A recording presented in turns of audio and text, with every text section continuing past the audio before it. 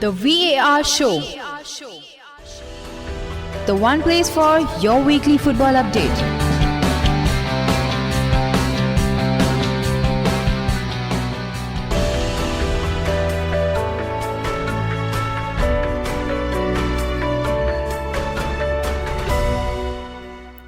Hello, a very warm welcome to the VAR show, the show which talks about all the various major football leagues in detail. The show also includes results, gossips, transfer rumors, controversies, statistics, facts, banter, and much more.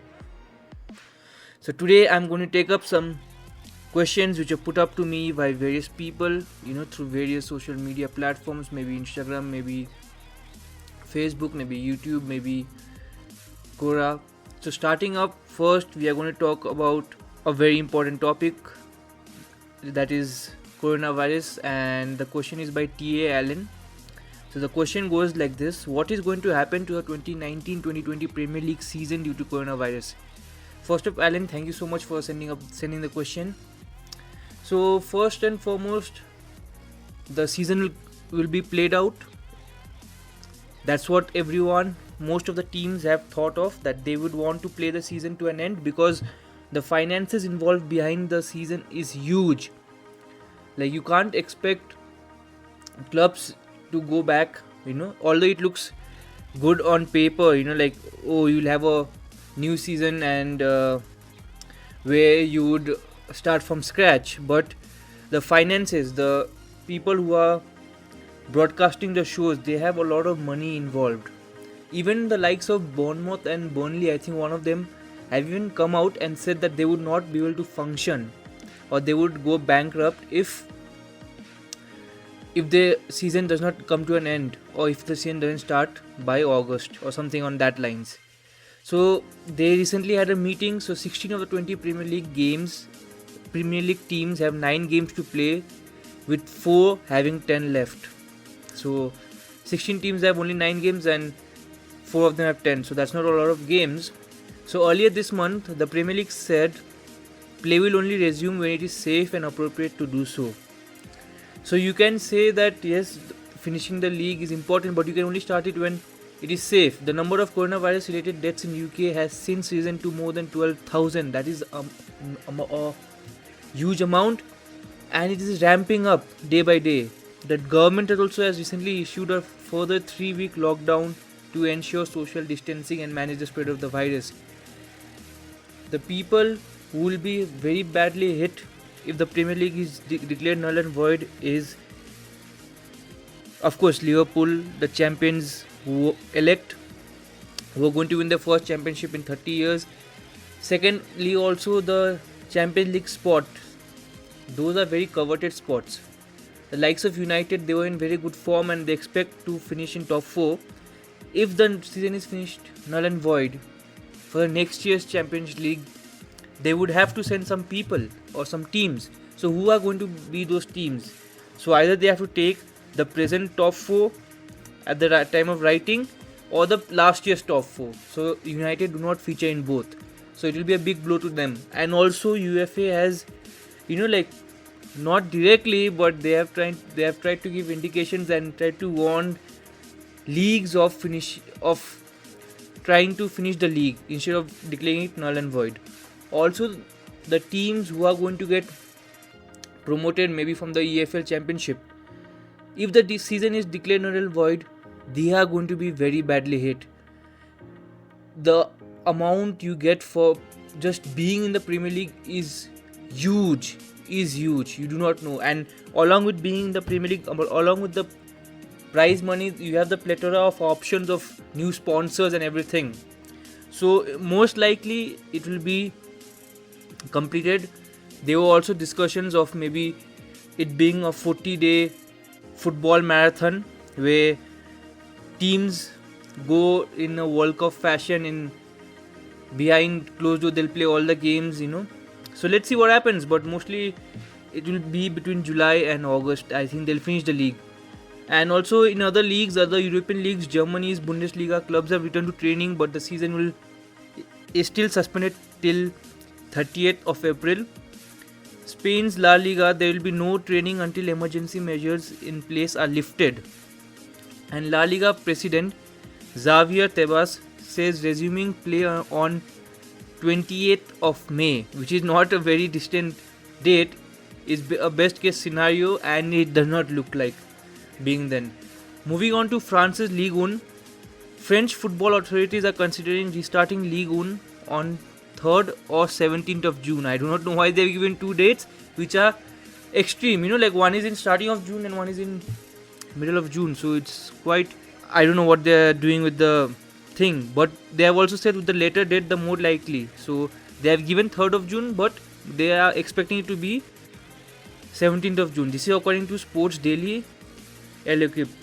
So Italy's Serie A, what is happening? The Italian Football Federation IFF hopes to begin testing players for the virus at the start of May in preparation for the season to resume. Italy, as you know, has been one of the most badly hit countries in Europe. So again, this is again a very hypothetical situation that start of May, that is not going to happen. I can see everything happening in July as of now. So that was this. Now we'll move on to our second question. That was by Stuart Gomes. So he says, if the 2019-20 football season in Europe are declared null and void, will players have their statistics, goals scored, assists, red card, etc. removed from the record books? So thank you, Stuart, first of all, for the question. So yeah, coming to the question is similar to previous one. Many players who have performed extremely well this season. I'll give you an example, like the likes of Danny Ings. He's been phenomenal. It will be very sad to see the records being removed from the record books, and it will be removed because if the 2019-20 season is declared as null and void, which won't happen, so the season effectively didn't happen, right? So if there is no season, if there are no games, then how can you have the records? So yes, to answer your question, yes, the season will be declared. If the season is declared null and void, the statistics will be removed from the record books, but it will be very harsh for many players and it will be sad.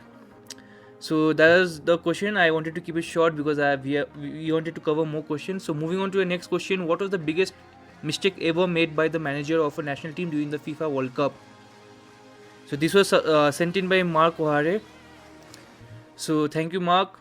And there are many mistakes throughout football history. You can see games, tournaments are filled with mistakes. Filled. Like you go any country, even the teams who have won, they also have made mistakes. Even the team who are knocked out, maybe even after the first game, which is practically not possible. But yes, if they are knocked out, like maybe if they lost 5-0 and they have no chance of coming back in the remaining two games, even they have made mistakes. So there are two mistakes that I would like to highlight. And first I was reading the book, autobiography of Sir Alex Ferguson. So in that he mentions how taking Wayne Rooney for the 2006 World Cup was a big mistake, and because he was just injured, Ferguson didn't expect him to play in the World Cup because he was not fully fit. And he says something on the lines that similarly in Toronto 2, David Beckham was also not sure whether he'll feature or not, but David Beckham was in very phenomenal shape, and he has always been in phenomenal shape. That's why he played till the age of 37. But Wayne Rooney was having a different kind of injury. He had, I think, metatarsal fracture, which is very different to what Beckham had back then. So that was one mistake. And Wayne Rooney, of course, he got a red card against Portugal, and the rest is history. Second, again from England, is selection of Theo Walcott for the World Cup. When Theo Walcott was young and he was selected for the World Cup, that is another big mistake, because at such a young age he travelled the squad, he didn't play, and you know how English media just hype up their players. So Theo Walcott was hyped up as the next big thing, and coming out of Arsenal, the next, back then Wenger was famous for producing young talents, so maybe they even saw Theo Walcott as their own Thierry Henry. So yeah, that was one of the mistakes, two mistakes I would like to highlight. And there will be many others. I am not anti-England, but these are the two major mistakes according to me. Okay, moving on to the next question. Is the golden period of Liverpool over now, although they are still going to win the Premier League? This was sent in by Samim Akram Khan. So Samim, thank you for your question first and foremost. So first I would like to answer your questions by saying no, the golden age is not over. Period, sorry. Because most of the Liverpool players are right now coming into their prime. You talk of the likes of Virgil van Dijk, Sadio Mane, Roberto Firmino, Mo Salah, the midfield, the fullbacks, most of the backbone of the team, they have a average age of around 27 to early 30s, or you can say 29-30. The likes of Milner is slight older, but he does not play as much as the other players. So 27 to 29, they have the average age. So that is the prime age of most footballers. And Alisson is definitely very young in terms of how much goalkeepers can play onto. So if Liverpool can hold on to these players and maybe build around them. Now maybe if they go on to buy Jadon Sancho, or they go on to buy Timo Werner, or anyone of that esque, then you keep bringing the average age down. So it all depends on the transfer strategies, and you cannot specifically say the golden period is over, because as United showed from 1990s to 2010 that a period is never over if you are smart enough. So as of now, they still, if they retain this squad, yes, they will be the topmost state for more 2 or 3 seasons, but they need to recruit very smartly to continue this golden period. So moving on to our last question, it was by Zach Medeiros. It is something like a throwback question. So, and I like this question, so I took it up. So the question goes like this: why was the 2003-2005 Real Madrid CF season so disappointing when they had a superstar squad? Literally, that's what he says. With Raul, Ronaldo, Nazario, the Brazilian one, David Beckham, Luis Figo, Zinedine Zidane, Roberto Carlos, and Iker Casillas. By Zach Medeiros. So thank you, Zach. So I will say they did win one La Liga, which was at the end of David Beckham's time. But yes, you will call that unsuccessful era because of the names they had. So I just have one quote. Upon Claude Makelele's departure to Chelsea and David Beckham's subsequent arrival in 2003, Zinedine Zidane said this. I would like to quote Zinedine Zidane. Why put another layer of gold paint on the Bentley when you are losing the entire engine? And we know what Makelele did at Chelsea. He played so well that they have a position named after him now. So yes, this is not the only problem, but this was a very large problem. Makelele leaving Madrid, or rather Madrid selling Makelele to Chelsea and not replacing a like-to-like player, which is very difficult.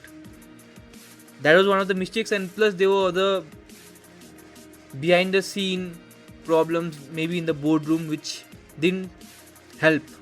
So yeah, that was it. So thank you so much for everyone who sent in the questions. So now that is it for today. So we'll take more questions. Send in your questions if you want. So till next time, take care and bye.